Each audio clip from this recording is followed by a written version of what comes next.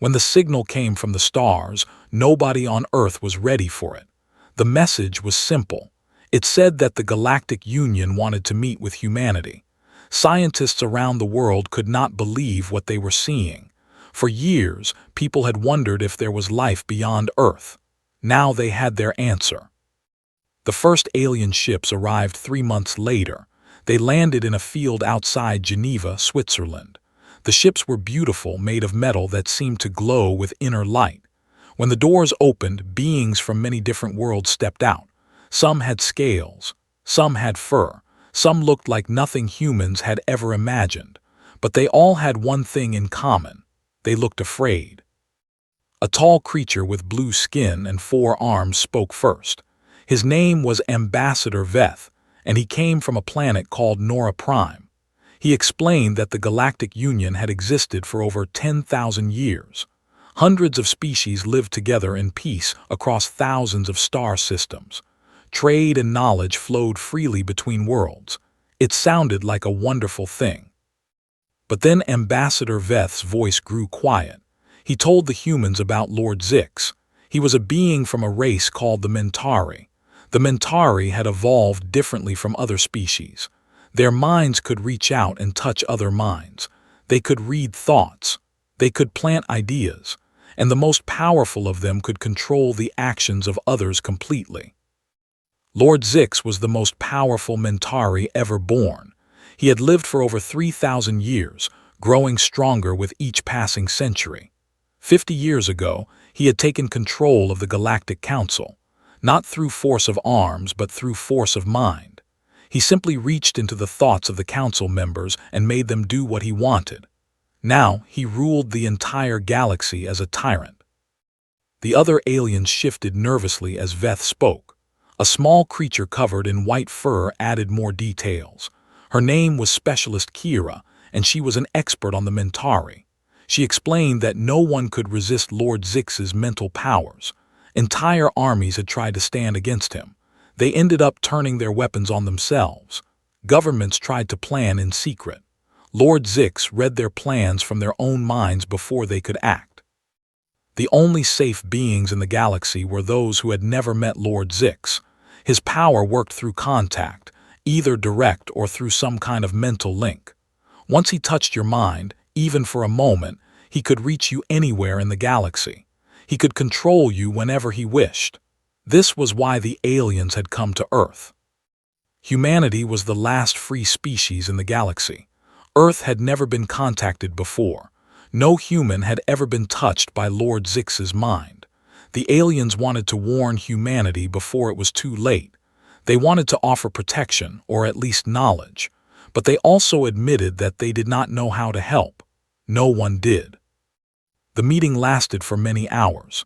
Human leaders asked questions. The aliens answered as best they could.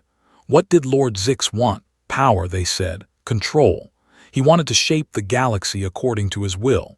He saw himself as a god, and he wanted everyone else to see him that way too. Why didn't anyone fight back? They had tried, the aliens said. They had failed. A woman named Dr. Maya Chen was one of the human scientists at the meeting. She studied the brain and how it worked. She asked many questions about how the Mentari powers functioned. The aliens explained that it worked through a kind of psychic energy. The Mentari could project their consciousness into other minds. They could see thoughts, change emotions, and even take complete control of a person's body. Dr. Chen asked if there were any defenses. The aliens looked sad. Some species had natural resistance, they said, but against Lord Zix even the strongest resistance failed. His power was simply too great. The best defense was distance. Stay far away. Never let him know you exist. But that was no longer possible for humanity. Lord Zix had learned of Earth. He would come soon. After the meeting, the world changed forever. News of the aliens spread quickly. At first, there was panic. People were afraid of invasion, of mind control, of losing everything that made them human. But then something strange happened. Instead of giving up, humanity began to prepare. Scientists studied the alien technology. Soldiers trained for a new kind of war. Ordinary people volunteered to help in any way they could. Dr. Chen led a special team of researchers. They worked day and night to understand how psychic powers worked. They tested theories and built machines. They talked with the aliens and studied their records. The aliens were helpful, but they were also confused. They had never seen a species respond to danger this way. Most species gave up when they learned about Lord Zix. Humans did not. Ambassador Veth came to visit Dr. Chen's laboratory one day. He watched the humans working and shook his head in wonder. He asked Dr. Chen why they were trying so hard. Did they not understand that Lord Zix was unbeatable? Did they not see that resistance was useless? Dr. Chen smiled and answered him with a simple truth. She said that humans had faced impossible odds before. Throughout their history, they had fought against tyrants and monsters. Sometimes they lost, but sometimes they won. And even when they lost, they never stopped fighting. It was not about winning or losing, she said. It was about standing up for what was right. It was about refusing to bow to evil, even when evil seemed unstoppable. Veth listened to her words. He had lived for 200 years and had seen many things, but he had never heard anyone speak like this. The other species in the galaxy had accepted Lord Zix's rule because they believed there was no choice. But these humans talked as if choice was the most important thing in the universe. They talked as if giving up was worse than dying. Meanwhile, Lord Zix watched from across the stars. His spies told him about the new species called humanity. They were strange creatures, the spies said. They did not react like other species. They did not panic and surrender. They organized and prepared. Lord Zix found this amusing at first. Then he found it annoying. Finally, he found it interesting. He decided to deal with humanity personally. He would travel to Earth and bring the humans under his control. It would be easy, he thought. He had done it countless times before. No species had ever resisted him. No mind was strong enough to stand against his power. The humans would be no different. They would kneel before him like all the others. Lord Zix prepared his great ship for the journey. He gathered his personal guard, beings who had served him for centuries. He did not bring an army. He did not need one. His mind was the most powerful weapon in the galaxy. Against it, no army could stand. He set course for Earth, confident that victory was already his. The aliens who had come to warn humanity watched Lord Zix's ship depart. They sent a message to Earth, warning that the Tyrant was coming. They expected the humans to flee or surrender. Instead, the humans sent back a simple reply. It said that they were ready. It said that they would not run. It said that Lord Zix would find Earth very different from the other worlds he had conquered. Lord Zix's ship entered Earth's solar system on a cold morning in December. It was massive, larger than any spacecraft humans had ever built. The hull was covered in strange symbols that seemed to move and shift. At the center of the ship sat Lord Zix himself, surrounded by screens showing everything happening on the planet below. He studied the humans with curiosity. They were such small creatures, with short lives and fragile bodies, yet they had built cities and machines and networks of communication. They had split the atom and walked on their moon. They were clever, he admitted, but cleverness would not save them from his power. The world governments had prepared for this moment. A special meeting place had been built outside New York City. It was a great dome made of glass and steel, designed to impress and to show strength. Inside, representatives from every nation waited. They had agreed to face Lord Zix together as one species. Whatever happened, they would not be divided. Lord Zix's shuttle landed in front of the dome. The doors opened, and out stepped the most powerful being in the galaxy. He was tall and thin, with gray skin that seemed to absorb light. His eyes were completely black, with no white or color at all. When he moved, the air around him seemed to shimmer with invisible energy. Behind him walked 6 guards in black armor. They were members of various species, but they all had the same empty look in their eyes. They were completely under Lord Zix's control, their own minds silent and still. They did not think or feel. They only obeyed.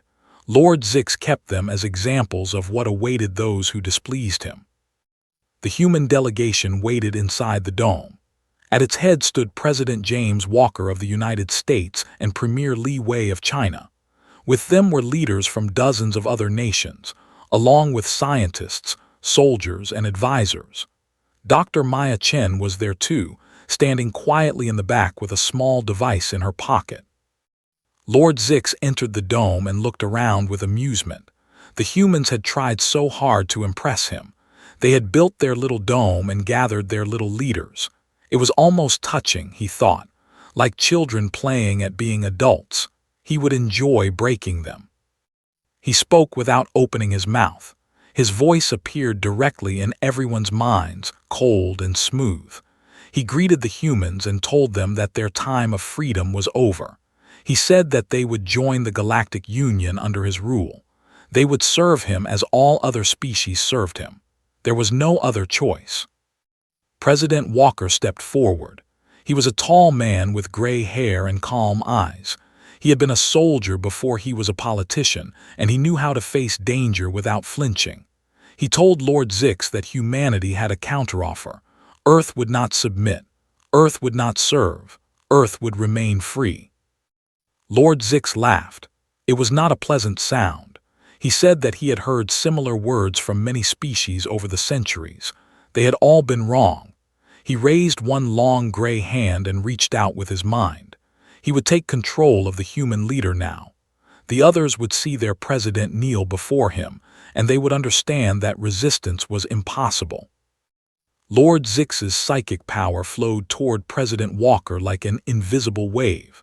It was strong enough to shatter any mind in the galaxy. It was the same power that had brought down emperors and armies. It was the same power that had enslaved 1,000 worlds, and it crashed against President Walker's mind like water against stone. Nothing happened. Lord Zix's eyes widened in shock. This had never happened before. His power always worked. It was as natural as breathing, as certain as gravity. Yet somehow this human had resisted. He pushed harder, sending wave after wave of psychic energy. Still, nothing happened. President Walker stood calmly, looking back at him with steady eyes. The tyrant turned his power toward the other human leaders. Premier Li Wei, Prime Minister Singh, Chancellor Mueller, all of them. Nothing. He could not touch any of their minds. It was as if there was a wall around each of them, invisible and unbreakable. For the first time in 3,000 years, Lord Zix felt something he had almost forgotten. He felt fear. Dr. Chen stepped forward from the crowd. She was smiling. She explained that they had discovered something interesting while studying psychic powers. Human minds were different from other species in the galaxy. Not better or worse, just different. The human brain had a unique structure that created natural barriers against psychic intrusion. But that was not all, she continued. The natural barrier was weak on its own. It might resist ordinary Mentari but not Lord Zix, so they had built something to strengthen it. She pulled the small device from her pocket. It was a neural amplifier designed to boost the brain's natural defenses. Every human in the room was wearing one. Every human on Earth would soon have one. Lord Zix stared at the tiny device. It was so small, so simple, yet it had done what armies and fleets could not. It had blocked his power. He felt rage building inside him. How dare these creatures resist him? How dare they challenge the master of the galaxy? He would destroy them. He would burn their planet to ash. He turned to his guards and sent them a mental command: kill them all. The guards raised their weapons and aimed at the human delegation, but before they could fire, something unexpected happened. Dr. Chen pressed a button on her device. A pulse of energy spread through the room. The guards stopped moving. Their weapons fell from their hands, and their eyes, which had been empty for so long, suddenly filled with confusion and pain. The neural amplifier did more than block psychic attacks. It could also break psychic control. Lord Zix's guards were free for the first time in centuries. They did not know where they were or what was happening, but they understood one thing. The creature before them had stolen their lives, and now they had a chance for revenge. Lord Zix backed away as his former slaves turned toward him. He tried to regain control of their minds, but the amplifier blocked him. He was alone, surrounded by enemies, without his power to protect him. For the first time in 3,000 years, he was vulnerable. The Tyrant fled. He ran from the dome, back to his shuttle, back to his ship. He ordered an immediate retreat. He would return later with a fleet, he told himself. He would destroy this planet from orbit. He did not need psychic powers to burn a world, but even as he fled, he knew something had changed. The humans had done what no one else had done. They had made him afraid. Inside the dome, the humans watched Lord Zix's ship flee toward the stars. There was no celebration. They knew this was only the beginning. The Tyrant would return with weapons instead of powers. He would try to destroy what he could not control. The war for the galaxy had just begun. But something else had happened too. The freed guards had seen everything. And when Lord Zix's ship disappeared into space, they asked the humans a question. They asked if there were more of those devices. They asked if the humans could free others. They asked if there was hope. Dr. Chen looked at the former slaves and smiled. She told them that there was always hope, and she told them that they had a lot of work to do. News of what happened on Earth spread across the galaxy like fire. The Galactic Network carried the story from world to world, system to system. Everyone had seen the recording. Everyone had watched Lord Zix flee from a planet of creatures he had expected to conquer in minutes. For the first time in 50 years, people began to whisper about rebellion. Ambassador Veth returned to Earth a week after Lord Zix's defeat. He was not alone this time. With him came representatives from 12 different species. They wanted to see the humans for themselves. They wanted to know how the impossible had been done. Most of all, they wanted to know if the humans could help them. The meetings lasted for days. Humans and aliens sat together, sharing knowledge and making plans. Dr. Chen explained how the neural amplifier worked. It was based on a simple principle. The human brain generated a specific type of electromagnetic field when it processed thoughts. By amplifying this field with the right frequency, they could create a barrier that psychic energy could not pass. The alien scientists listened carefully. They asked many questions. Could the technology be adapted for other species? Dr. Chen believed it could. Every brain generated electromagnetic fields. The frequency would be different for each species, but the principle was the same. With enough research, they could create amplifiers for anyone. But there was a problem. Lord Zix would not wait for them to develop these devices. He was already gathering a fleet. His spies reported that he planned to attack Earth with overwhelming force. He would not come himself this time. He would send ships and soldiers to burn the planet from space. The neural amplifiers could not protect against missiles and plasma cannons. President Walker called an emergency session of all world leaders. He explained the situation clearly. Earth faced destruction. They had won a single battle, but they were about to lose the war. They needed help from their new alien friends. They needed ships and weapons. They needed an alliance. Ambassador Veth stood before the world leaders and spoke honestly. The species that opposed Lord Zix did not have many ships. They had hidden in the shadows for decades, avoiding the Tyrant's attention. They had some weapons, some resources, some soldiers, but they did not have enough to fight a galactic war. Not alone. A young Chinese general named Liu Mei spoke up. She said that humans had fought wars with fewer resources before. They had won against impossible odds through courage and cleverness. What they needed was not more weapons, but better strategy. She proposed something that shocked everyone in the room. General Liu suggested they attack Lord Zix directly. Not his fleet, not his worlds, but Lord Zix himself. Cut off the head, she said, and the body would fall. The aliens had said that Lord Zix's power kept the galaxy enslaved. Without him, the mind-controlled slaves would be free. The Galactic Union would collapse from within. The aliens were stunned. No one had ever proposed attacking Lord Zix directly. It was suicide, they said. His palace was on a planet called Nexus Prime, at the center of the Union. It was protected by 10,000 ships and 1 million soldiers. More importantly, anyone who got close to Lord Zix would be taken over by his power. The neural amplifiers might protect against his psychic attacks, but they could not hide from his ability to sense minds. Dr. Chen had been quiet during this discussion. Now she raised her hand. She said she had been working on something new. It was an advancement of the original amplifier technology. Instead of just blocking psychic powers, it could mask a mind's presence entirely.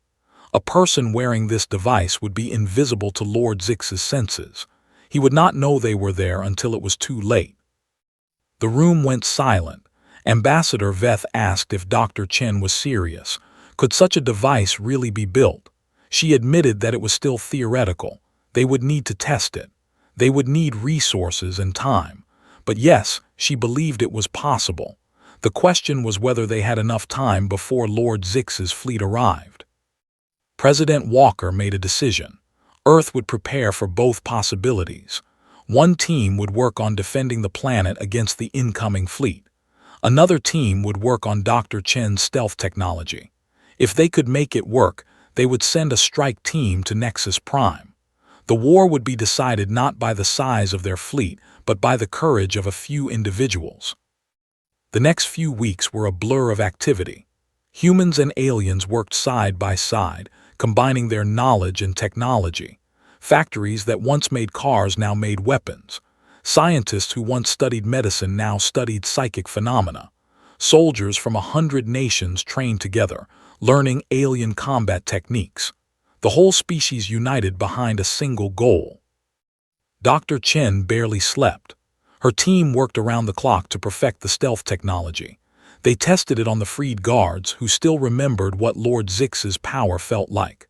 One by one, they found the right frequencies, the right amplitudes, the right patterns. And then, one night, they succeeded. A guard wearing the new device simply vanished from psychic detection.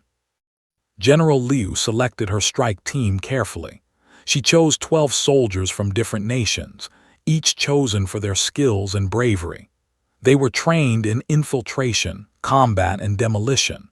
They were also given the strongest version of the neural amplifiers, devices that would protect them from any psychic attack, and each of them was given a choice.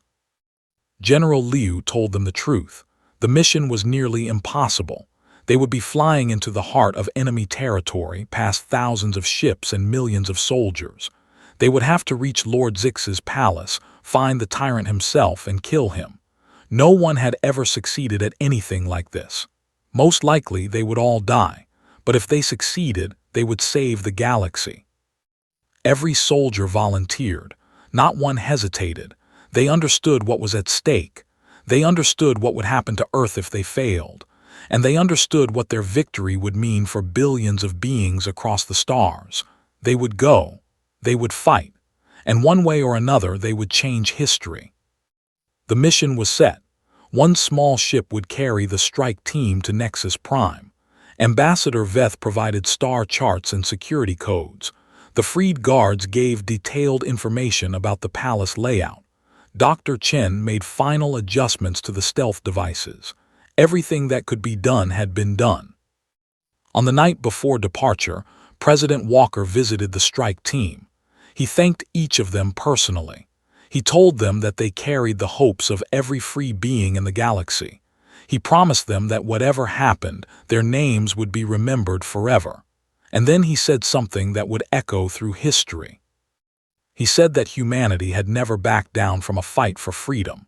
From the days when they lived in caves to the moment when they reached for the stars, they had always stood against tyranny. Lord Zix thought he understood humans.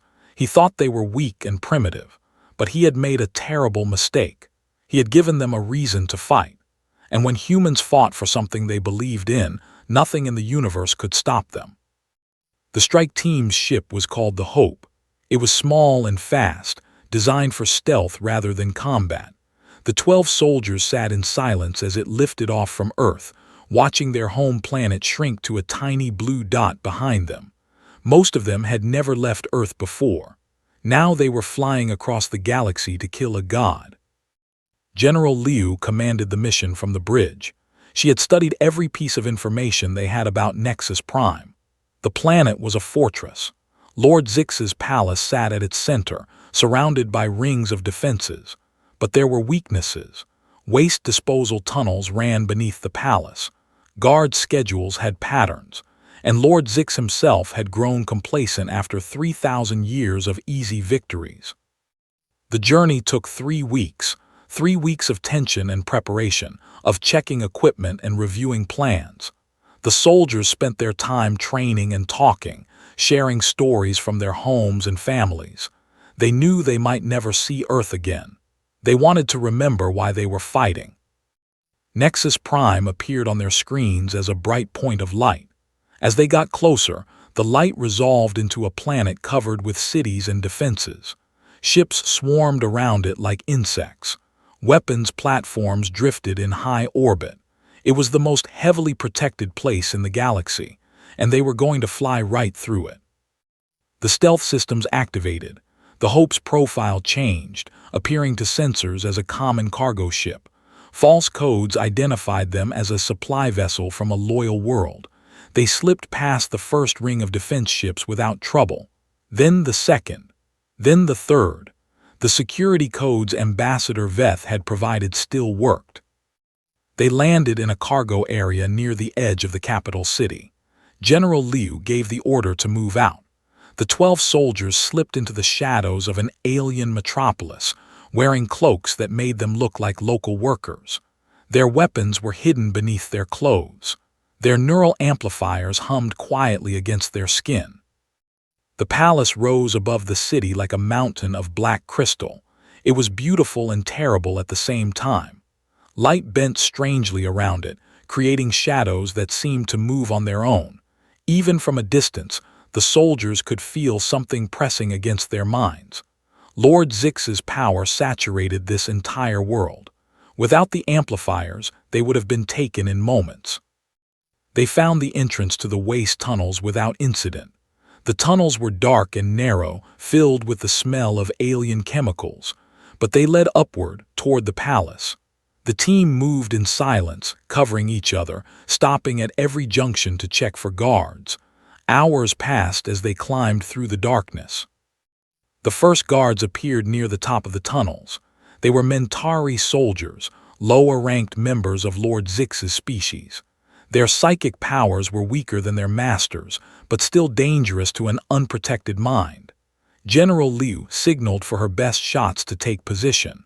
2 quiet sounds and both guards fell. They emerged into a service corridor inside the palace.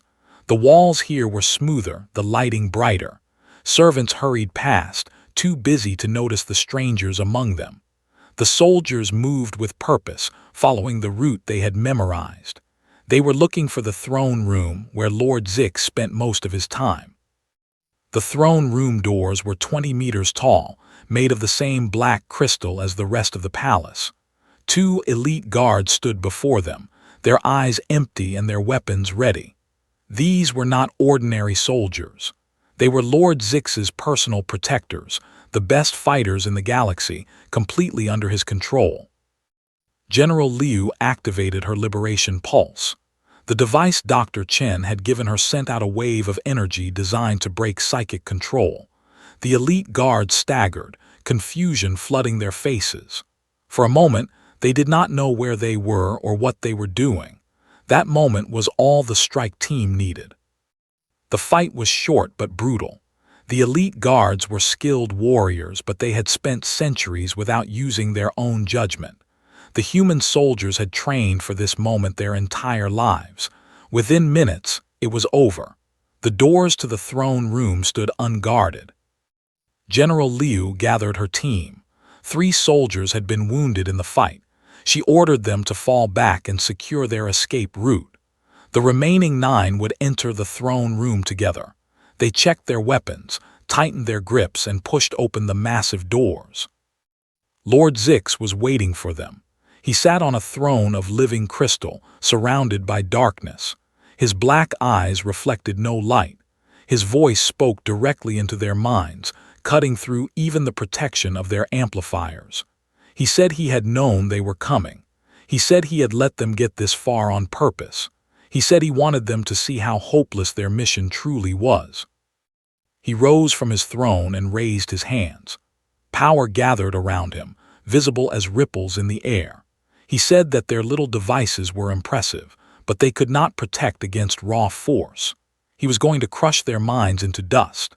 He was going to take their bodies and send them back to Earth as his new servants.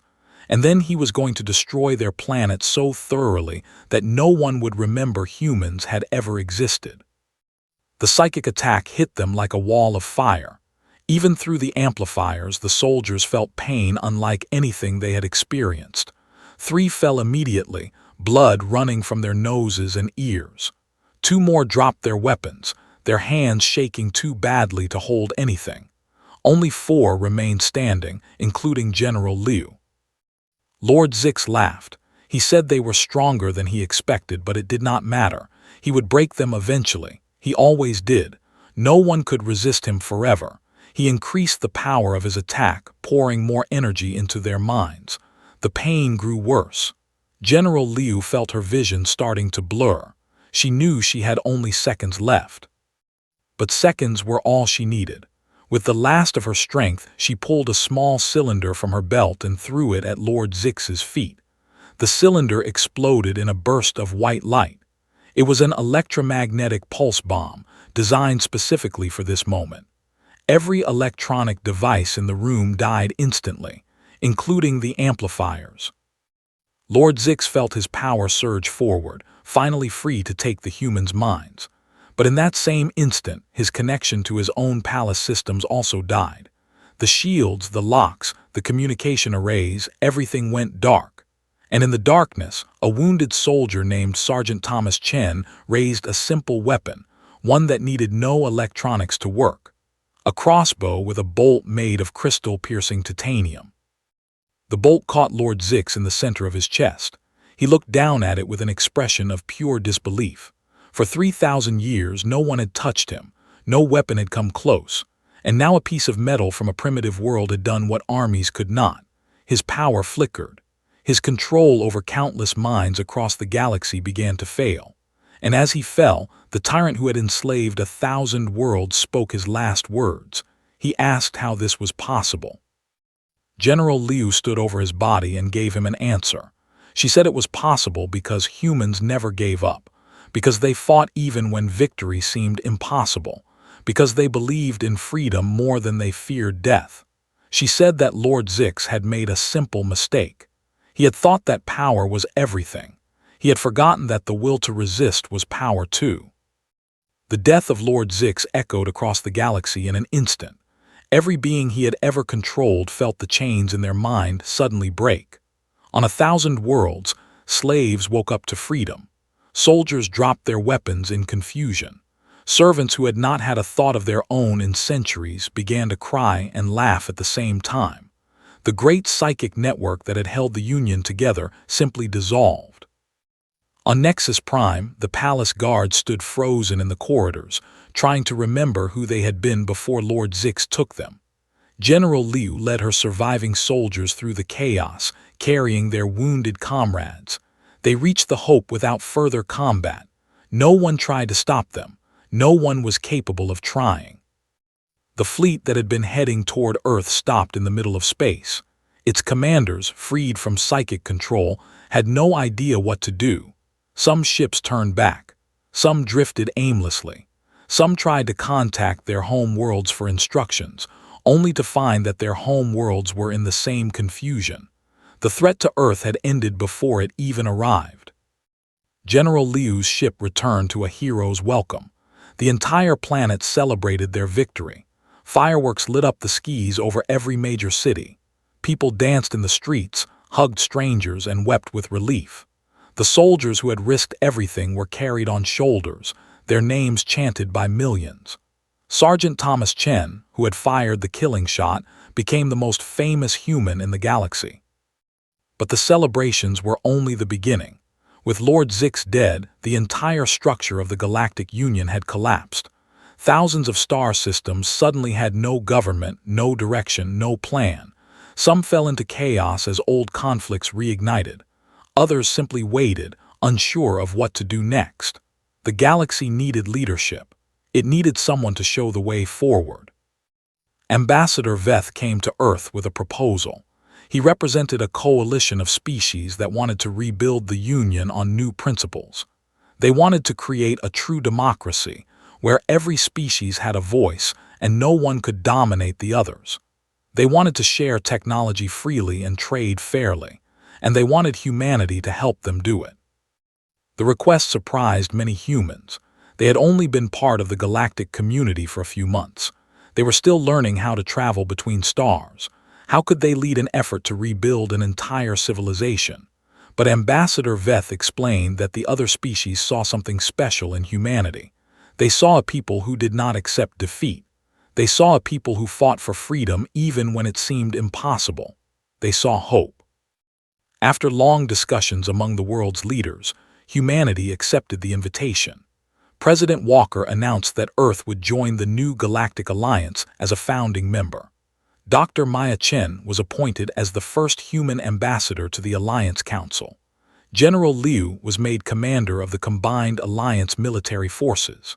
The humans who had spent so long looking at the stars now had a role in shaping their future. The years that followed were difficult. Rebuilding trust between species took time. Old hatreds had to be addressed. Former slaves of Lord Zix needed help recovering their identities and their lives. Criminal organizations tried to fill the power vacuum. Wars broke out in some regions, requiring alliance intervention. Nothing was easy. Nothing was quick. But slowly, steadily, things improved. The neural amplifier technology was adapted for every species, ensuring that no psychic tyrant could ever rise again. Trade networks were rebuilt on principles of fairness. A new system of law was created, protecting the rights of all beings. Schools were established to teach the history of the old Union and the values of the new alliance. A generation of children grew up knowing freedom as their birthright. Humanity spread across the stars during these years. Colonies were established on dozens of worlds. Human engineers helped build stations and ships. Human doctors treated patients of every species. Human artists created works that were celebrated across the galaxy. Humans brought their energy, their creativity, and their stubborn refusal to give up to every corner of known space. 10 years after Lord Zix's death, a great monument was unveiled on Nexus Prime. It stood where the Tyrant's palace had once risen, now transformed into a park of healing and remembrance. The monument showed 12 human soldiers standing together, facing a threat much larger than themselves.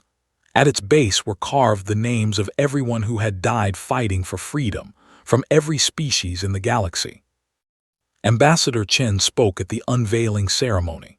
She was older now, her hair streaked with gray, but her eyes still held the same determination that had driven her to invent the neural amplifier. She told the gathered crowd that the monument was not just about the past. It was about the future. It was a promise that the people of the galaxy would never forget what it cost to be free and would never allow that freedom to be taken away again. General Liu stood beside her, now the most respected military leader in galactic history. She had spent the decade training a new generation of soldiers and peacekeepers. Her methods emphasized creativity and courage over raw strength. She taught that any enemy could be defeated if you were willing to think differently and fight harder. Her students came from every species, and they carried her lessons to every world. Sergeant Thomas Chen was there too, the man who had killed a god. He had retired from military service and become a teacher. He told children stories about the mission to Nexus Prime, about the fear and the pain and the final moment of victory. He never made himself out to be special. He always said that any human could have done what he did. That was the point. Any human could be a hero when freedom was at stake. As the ceremony ended and the crowds began to disperse, Ambassador Veth approached the human delegation. His blue skin had faded with age, and he moved more slowly than before. But his 4 eyes still held a sharp intelligence. He told the humans that he had been wrong about them when they first met. He had thought they were just another species that would bow to Lord Zix. He had never imagined that they would change everything. Ambassador Chen smiled and took his hand. She told him that humans had surprised themselves too. They had never known how much they were capable of until they had a reason to find out. Lord Zix had given them that reason by threatening everything they loved. In a strange way, his tyranny had brought out the best in humanity. Without him, they might never have known how bright they could shine. Veth nodded slowly. He said that the galaxy would always remember what humans had done, not just the victory over Lord Zix, but everything that came after. The rebuilding, the alliance, the spreading of freedom to every corner of known space. Humans had changed the galaxy by refusing to accept that some things were impossible. They had shown everyone that courage was stronger than power. The sun set over the memorial park, painting the monument in shades of gold and red.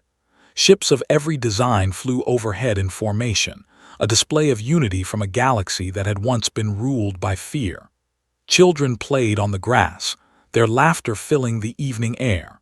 Somewhere in the distance, music played, a blend of instruments from a dozen different worlds. And in the hearts of every being who watched, a simple truth took root. The universe was vast and full of dangers. Tyrants would always rise and darkness would always threaten. But as long as there were people willing to stand against the darkness, hope would never die. The humans had proven that. And now, together with their allies across the stars, they would keep proving it forever. The age of Lord Zix was over. The age of the Alliance had begun, and at its heart stood a small blue planet called Earth, home to a species that had looked up at the stars and decided they were worth fighting for. Humanity had confronted the psychic tyrant. Their bravery had reshaped intergalactic politics, and the galaxy would never be the same.